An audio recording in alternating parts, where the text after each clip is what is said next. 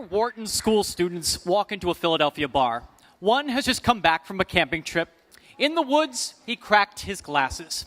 He couldn't afford to replace them. Flash forward 5 years, and you have e-commerce eyewear company Warby Parker, named after two Kerouac characters.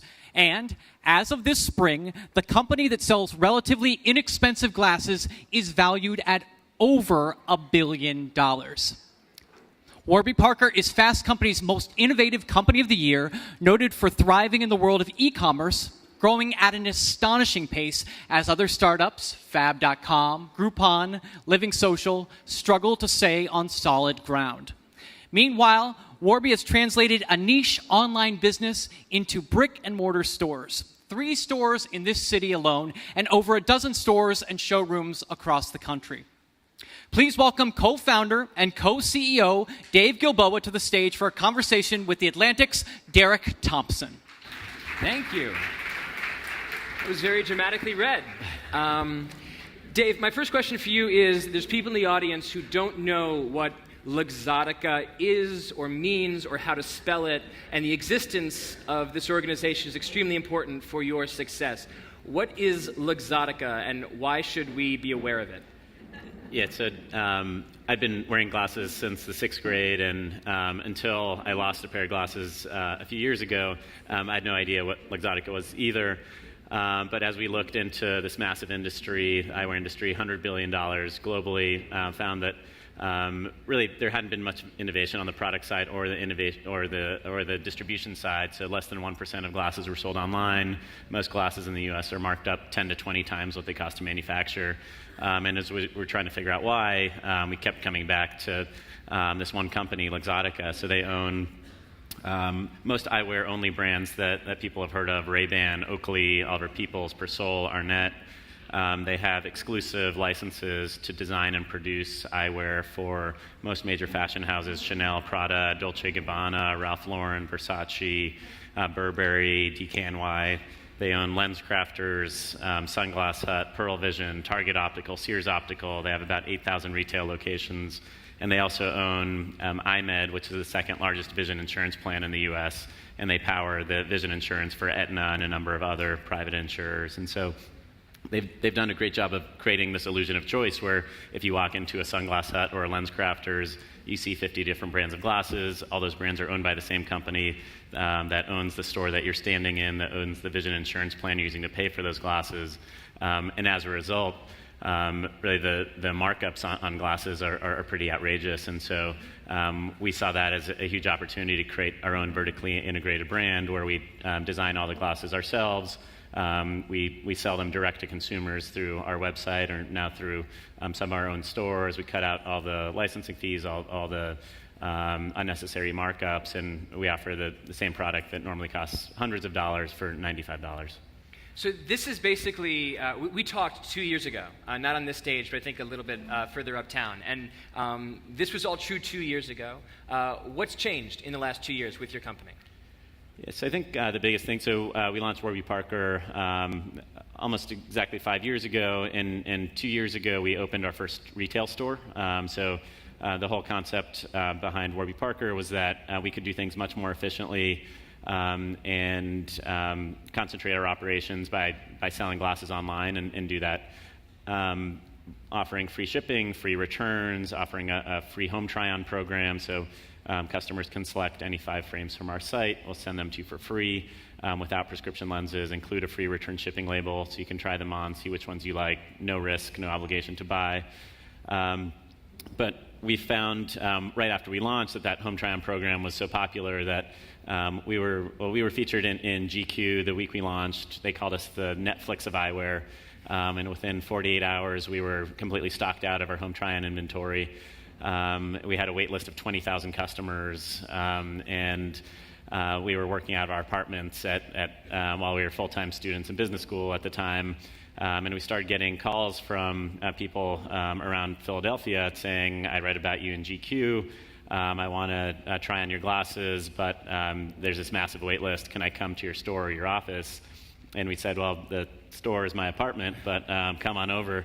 And I think Philadelphia had the second highest murder rate in the country at the time. but we had all these strangers coming into our apartments. We laid out the glasses on our dining room table, and we found that people loved that experience. They loved getting to meet the people behind the brand. They loved to be able to try on the entire collection, and we found that we learned so much from those face-to-face interactions with customers that really we couldn't learn engaging with customers just through a set of screens. And so when we we graduated, moved to New York, we set up our first office not too far from here by Union Square. We were on the 6th floor of a commercial building, no signage. But we set up a small showroom, a couple hundred square feet in our office, which is basically a table with some glasses on it. And all of a sudden, we started getting hundreds of people a day coming into that showroom, to the point where the landlord threatened to evict us because we were just dominating the elevator traffic in the building. And that gave us confidence to try some pop-up shops, to open some showrooms within existing boutiques. We bought an old yellow school bus that we gutted and turned the interior into a store.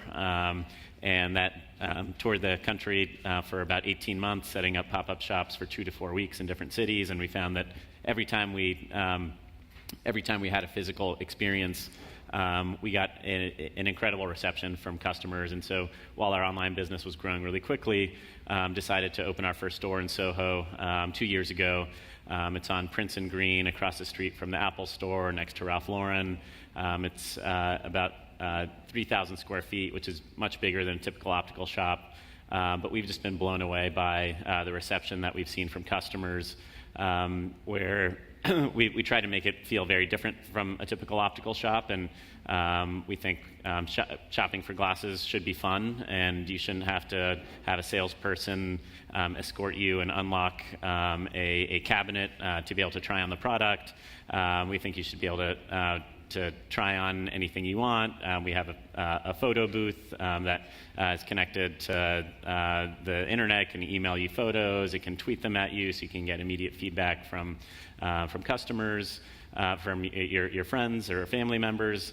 And then we have a unified technology platform, so the same tech platform that powers our website or our mobile site also powers the point of sale in our stores, which is all iPad-based. So if you've done a home try-on online, if you bought a pair of sunglasses before, you walk into our store, any of our associates on their iPad can pull up your customer record. They know what you've tried on. They know what you like. They can provide you very personalized service.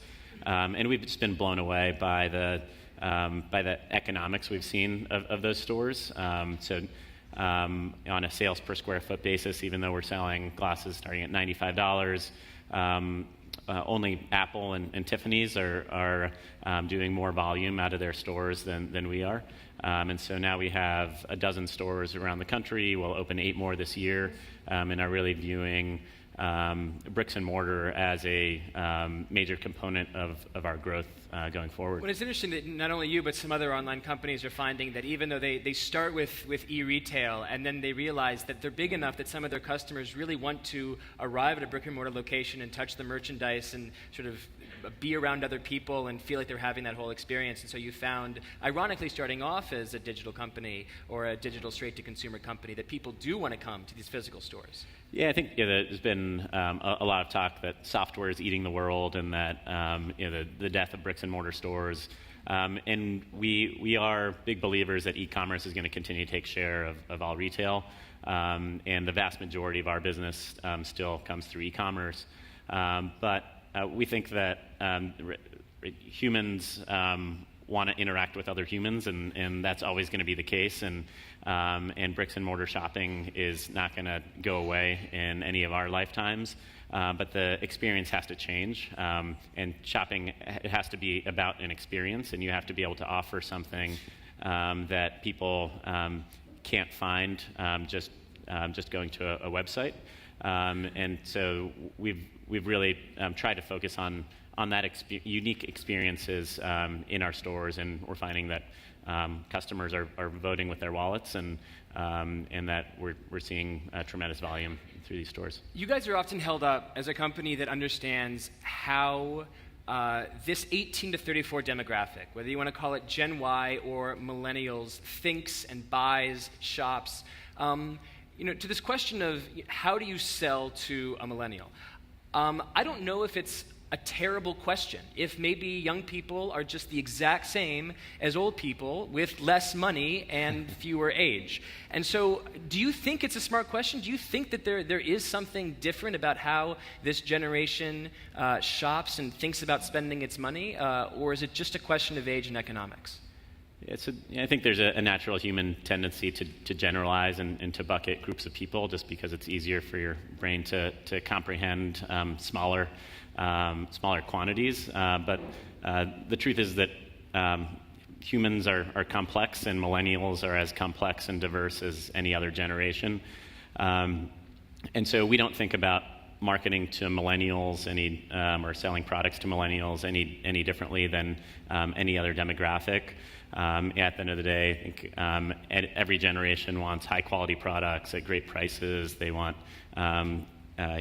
great customer service, and they want their purchases to be convenient. But I think what has changed is that technology has made the world smaller and much more transparent. And so, younger generations tend to be earlier adopters of technology, and so they have access to more information. And in the past, where the world was a bit more opaque, where you could buy products from companies that offered high quality and low prices, and that was enough. Today, if those companies are using sweatshop labor or if they're abusing the environment, then there's going to be a huge backlash, and consumers are not going to want to support those organizations. And likewise, if you offer great products or services, people have a much bigger megaphone to talk about their experiences and whether those are good or bad. And I think one example of that is we get more and more customer service inquiries through Twitter, where it's pretty difficult to answer a complex question in 140 characters. And so what our team has started doing is just recording a quick video of them responding. That's a personalized response to a tweet. They'll upload that video to YouTube and then tweet that link back to the customer. And we found that people are just blown away by it takes 15 to 30 seconds to record these videos, but people are blown away when they receive those videos. They tend to retweet them, send it to their friends. On average, those videos, even though it's an individualized response, get 130 views. And so that's the equivalent of getting a friendly customer service email and forwarding it to 130 people. And so these platforms just allow for information to transmit to bigger audiences and much more quickly. Yeah, I'm glad you said that, because I agree. I think that a lot of times the generation is sort of mystified by a lot of people, when in fact what you're looking at is just human nature plus technology. And when you have 40 and 50-somethings that understand the technology the exact same way that an 18-year-old or a 28-year-old would, that they end up behaving the exact same way, and that enjoying a good customer service experience, being sort of surprised that there's actually, like you said, a human being at the other end of the line, it's the same on Twitter as it is for picking up the phone and having a landline conversation with someone from United or American, where you're shocked by that sort of very human response. That's exactly right. Yeah. So I did want to point out that I was shopping on Warby Parker today. I actually have 20/20 vision and did not need glasses, but I was surprised by the names of the glasses that I saw. I'm just going to read out a couple of the names. Buckley, Topper, Barkley, Beckett, Downing, Edgeworth, Ripley, Preston, Percy.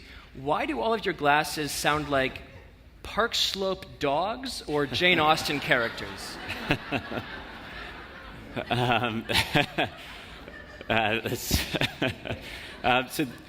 We try to be pretty thoughtful about all the touch points of our brand. So the name Warby Parker comes from two early Jack Kerouac characters, and a lot of the names of our glasses come from the names of authors. So Beckett comes from Samuel Beckett, and we also name a lot of our glasses after Medal of Honor recipients.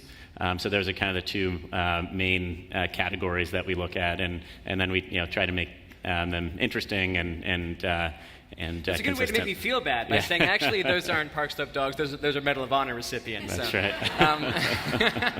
Should have checked that out before I asked the question. There are a couple of companies. I'm getting the red light. All right, so I'm just going to have to end on my own embarrassment. Thank you, Dave, and thank you all. Thank you.